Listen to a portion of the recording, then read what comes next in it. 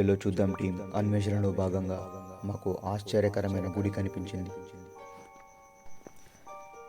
ఈ గుడి 100 సంవత్సరాల క్రితం స్వయంభుగా వెలిసిందని అక్కడి ప్రజల ప్రగాఢ నమ్మకం. ఈ గుడిని ఒకే కుటుంబం 100 సంవత్సరాల నుండి తాతలు, తండ్రులు మరియు తర్వాత తరాలు నిర్వాహకులుగా, పూజారులుగా ఉండి గుడి భద్రతలను నిర్వహిస్తున్నారు. మరిన్ని విషయాలు వివరంగా వారిని అడిగి తెలుసుకుందాం. చలో చూద్దాం.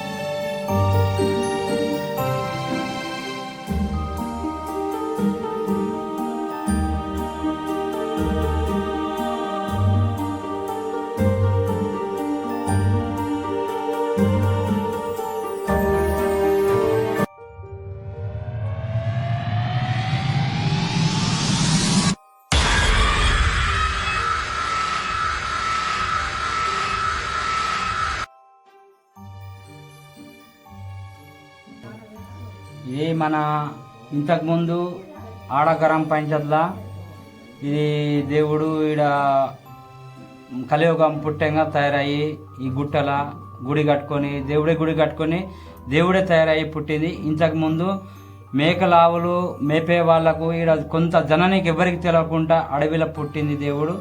అప్పుడు మేకల ఆవులు మేపే వాళ్ళకు కూడా ఆడి రూపంతో పొజిషన్ తల్లి పిలిచి పెరుగన్నం తల్లి ఇస్తుండే. అది అందరికీ ఇక వాళ్ళకు గొడ్లు మేకలు మేపే వాళ్ళకి పెరుగన్నం తల్లి పొజిషన్ తల్లి ఆడి రూపంతో ఇయ్యంగా కొంత జనాలకు తెలిసిపోయినాక అప్పుడు ఒకరికొకరు పెద్ద మనుషులకు చెప్తే పెద్ద మనుషులు అప్పుడు వస్తుండే. రాగా అది కూడా డోర్లు డప్పులు ఏదో కొట్టుకుంటూ వస్తేనే పెద్ద పులి పక్కకు జరుగుతుండే. అంతా ఈడ మొత్తం పెద్ద పులితోటి బందోబస్తు పొజిషన్ తల్లి ఈడ గుడి కట్టుకొని మైసం తల్లి పొజిషన్ తల్లి ఈడ పెరుగన్నం తల్లి ఇస్తుండే. అక్కడ మన కలియుగం పుట్టంగా గువ్వలయం కట్టుకొని గుడి దేవుడు ఇక్కడ జనమయ్యి ఇక్కడ ఉన్నది. ఇంతకుముందు మా డాడీ ఇక్కడ సిను పటేల్ అని మైసంలో ఉండే మా డాడీ చేస్తుండే. అప్పుడు మన కొందరి జనాలకు కూడా తెలియక డాడీ దగ్గర ఆదిలాబాద్ నుంచి కానీ, మన కరీంనగర్ నుంచి కానీ, హైదరాబాద్ నుంచి కానీ, మన చంద్రపూర్ నుంచి కానీ, నాగపూర్ నుంచి కానీ, మనకు కవటల బెజ్జులు కానీ ఎక్కడెక్కడో నాన్నకు ఈడ దేవుని దగ్గర కూర్చుండగా వస్తుండే. రాగా కొద్దిగా అందరి జనాలకు తెలిసిపోయింది. నాన్న పుణ్యం సాయం చేసిండి. తర్వాత నాన్న పోయినాక మేము కూడా గుడి కాడ మనకు కూడా దేవుడు వస్తుంది, దేవుడు చెప్పినట్టు మేము కూడా అదే దేవుని బొట్టు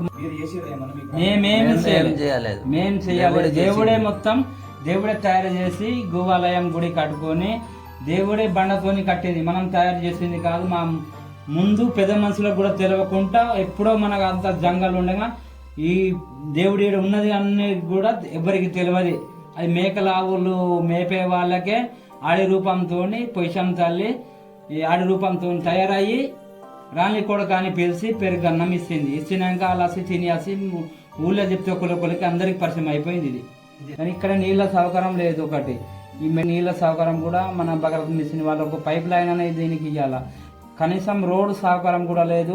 కొన్ని రోడ్డు సహకారం కూడా కావాలా. కొన్ని అక్కడక్కడ నీళ్లు దారిలాగా ఉంటాయి, దాంట్లో ఏదైనా చిన్న చిన్న బ్రిడ్జులు కూడా కట్టి రోడ్డు సహకారం చేయాలి సార్.